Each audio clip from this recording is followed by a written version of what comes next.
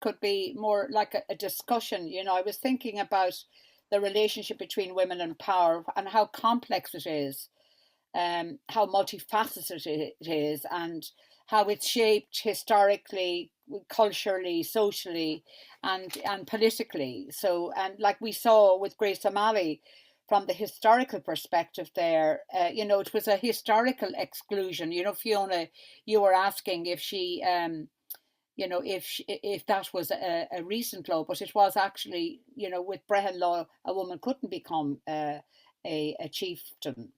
And from much of history, women have been systematically excluded from formal positions of power in our societies.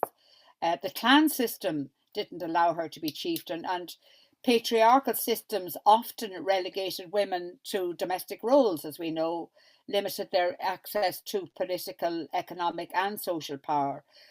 But there's no doubt, like, there has been progress over time, but we have a way to go.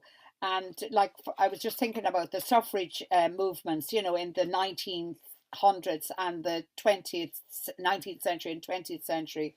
They marked significant milestones, with women gaining the right to vote and participate in politics in many countries. But as we know today, there's a lot of clawback today, particularly in places like Afghanistan and Syria, to name but two countries, who've curtailed the freedom of women, freedom that they had gained, and now they're losing it again. And in terms of political power, like, women have increasingly gained representation in political offices around the world. However, they often remain underrepresented in leadership positions, such as heads of state, legislatures, and executives. And in our recent election here in Ireland, we have seen a small increase in the election of women to our parliament, but we're still only 25%. And we have yet to have a woman leader, which is quite shocking. Like, the closest we've ever got was a woman in second place, like Taoiseach, as Frances Fitzgerald was Taoiseach, Mary Harney was Taoiseach, Joan Burton was Taoiseach, and I think there was one other. But we've never ever had, or we've never had the Ministry of Finance either, which is interesting. And I think women, we offer different leadership style. I think our style is more collaborative. We have empathy, different, and we're inclusive, which can contrast with the traditional, more authoritative style, typically associated with male leaders. Not to say that some women haven't been like that. I suppose exceptions could be women who emulate male leadership styles, like Margaret Thatcher. I was thinking of, and one other aspect of women in leadership roles is, which is different to men, I think, is that they often decide when it's time for them to go. Like Angela Merkel decided when she was ready, when it was time for her to go, and Jacinta Ardern in New Zealand. So, like, and I suppose the aspect of where gender-based violence, it's a big challenge to women's power, I think. Many women face violence that undermines their power and autonomy, both in public and in private spaces. And stereotypes about gender roles can lead to discrimination and bias, affecting women's opportunities for leadership and power. I suppose I myself was a CEO of an NGO in Ireland for 10 years. And it was very interesting because it was a women-only organisation. It was a rape crisis centre. And before it had been set up about 15 years before I had come into it. It was set up by a group of women, and then it was a collective initially. It was called a collective, and then they felt in order to get funding, they had to kind of make themselves, be a bit more. They formalised their situation, so they got got a board and a chairperson, and the initial first chairperson was a woman, and things seemed to go very well. And then so the first CEO, she left of her own accord, and then a man came in to chair the board.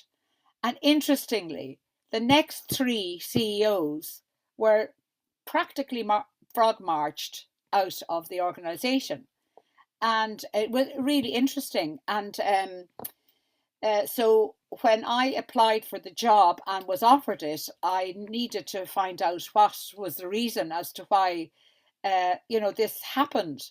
And it was interesting that there was a man chairing the board, and there was only one woman on the board. The rest were men, which was really interesting.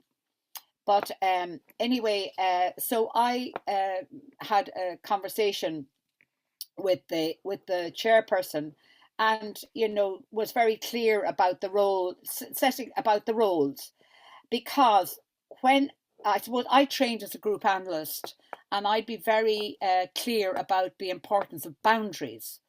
And when you're looking and dealing with crimes such as rape, it's what you're dealing with is a fundamental breaking of a boundary.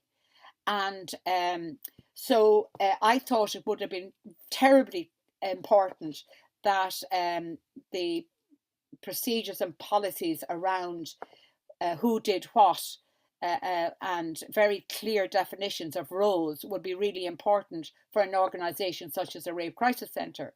So fortunately, the man who was the chairperson was quite open to this type of discussion and looking at what was good corporate governance. In other words, that the board's job is to devise policies, and the executive job is to implement and do the day-to-day work, and he agreed with that. And that worked very well until the financial crash. We had a financial crash, as you know, in 2007-8, and then government sent us a note to say, you're going to be cut by 25%, because the government was the main funder of the organisation. You're going to be cut by 25%, but you won't get a penny unless if you cut your services.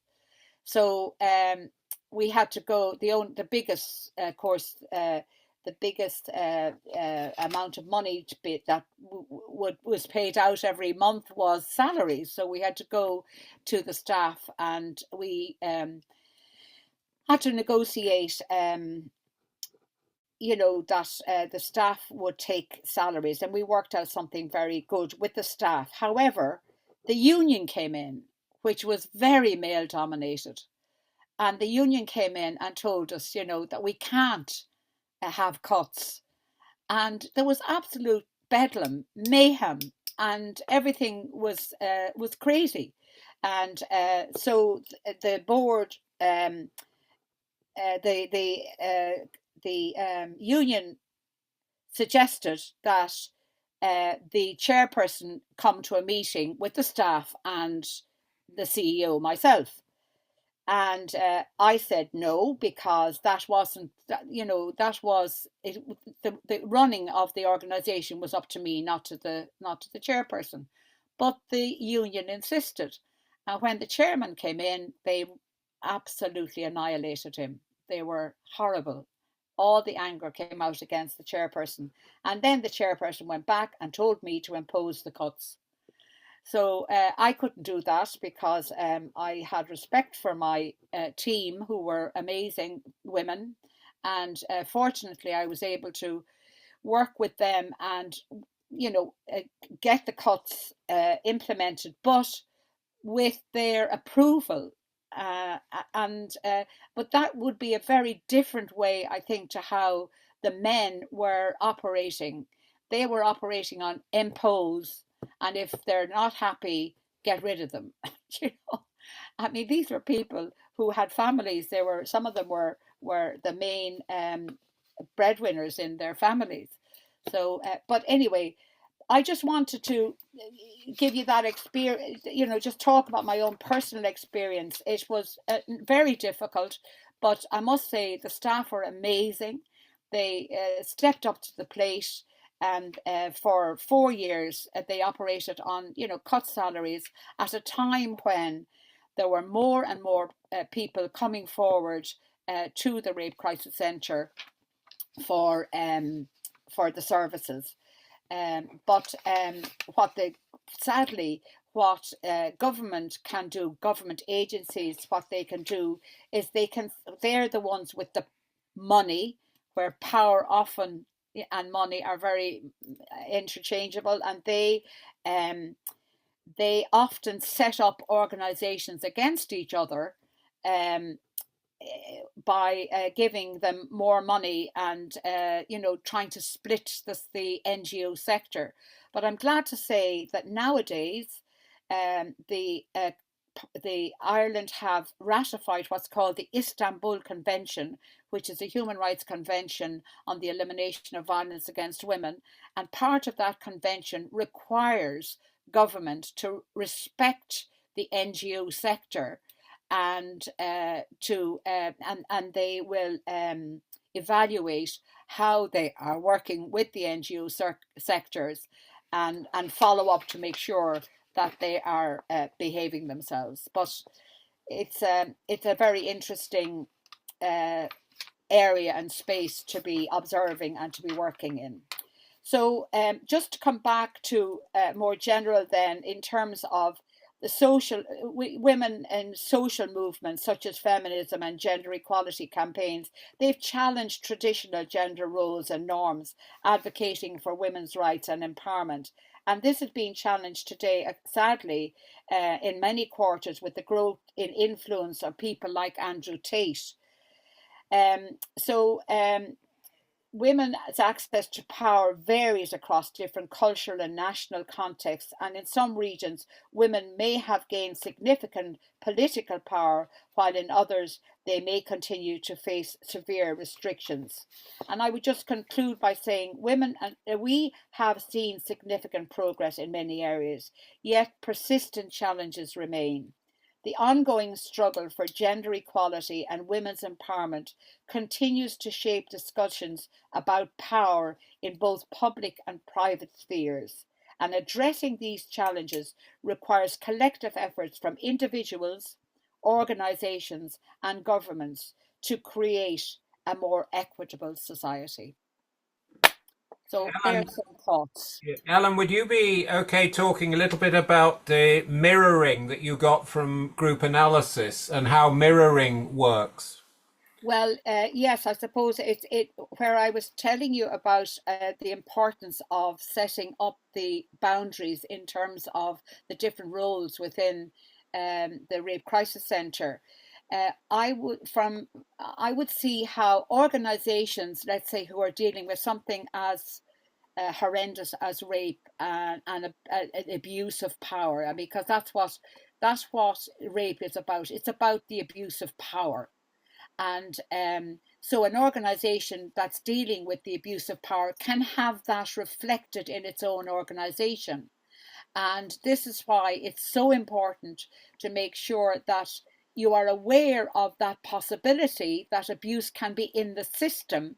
And and if you're aware that abuse can be in the system, and if you head that off by putting in boundaries and policies and procedures that will contain and not allow that type of abuse to develop within the organization. But all the time, you have to be aware of it and ensure that it doesn't develop. And I think, other organizations, I think we've seen that, how organizations that are, say, the health service, for example, you know, how the health service is operating in relation to our health system is not very healthy at times.